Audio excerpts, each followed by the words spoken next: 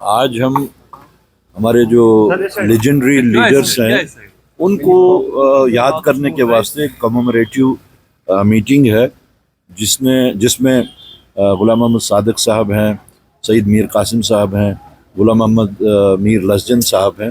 तो आज उन तीनों अजीम शख्सियतों का कांग्रेस से जो ताल्लुक़ रखते हैं उनका आज डेथ एनिवर्सरी है, तो उसी सिलसिले में आज हम यहाँ जमा हो रहे हैं। सर कैसे नहीं, ये जिन लोगों ने बताया है वो तो उनका अगर किरदार देखा जाए तो प्री इंडिपेंडेंस डे से ही शकावर है। जो लोग अंग्रेज़ों के मुखबिर रहे हों वो किसी को क्या सर्टिफिकेट दे सकते हैं। नो ट्रस्ट वोट, सबसे पहले तो ये बिल्कुल सही है कि अपोजिशन की बात नहीं सुनी जा रही है, जिसमें अहम किरदार होता है चेयरमैन का या स्पीकर का। जहाँ तक चेयरमैन साहब का ताल्लुक़ है, with all due respects to the chair, उनका पर्सनल जो किरदार है वो बहुत ही पार्टीजन है।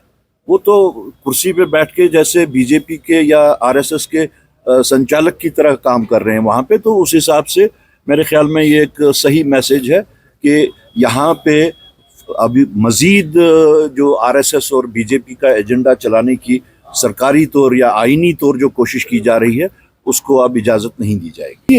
ये चीज़ें डेमोक्रेटिक सेटअप में एग्रीमेंट्स और डिसएग्रीमेंट्स होते रहते हैं, इसको उतना अहमियत नहीं दी जानी चाहिए। जहाँ पे डिसएग्रीमेंट्स हैं वहाँ पे एग्रीमेंट्स भी क्रिएट किए जा सकते हैं, तो ये कोई बड़ी बात नहीं इस वक्त हमारे सामने नहीं है। 101 हैं इस वक्त और टोटल राज्यसभा और लोकसभा में 150 MPs हैं।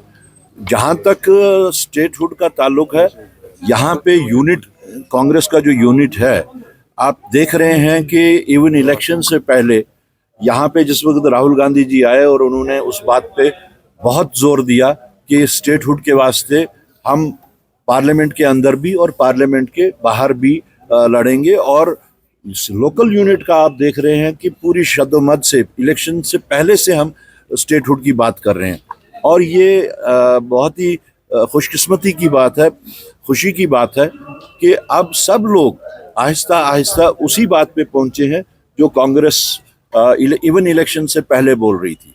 आप देख रहे हैं कि major political parties Aahista Aahista अब स्टेटहुड के ही डिमांड पे पहुंच चुके हैं। टसल तो ये वही दो लोग कह सकते हैं कि टसल है या नहीं है। अच्छी बात है अगर टसल नहीं है, लेकिन मैं बार बार ये कहता आया हूँ कि ड्यूअल कंट्रोल सिस्टम जो इस वक्त यहाँ पे यूटी में चलाया जा रहा है, ये इसकी फर्स्ट कैजुअलिटी जो है वो यहाँ के लोग हैं।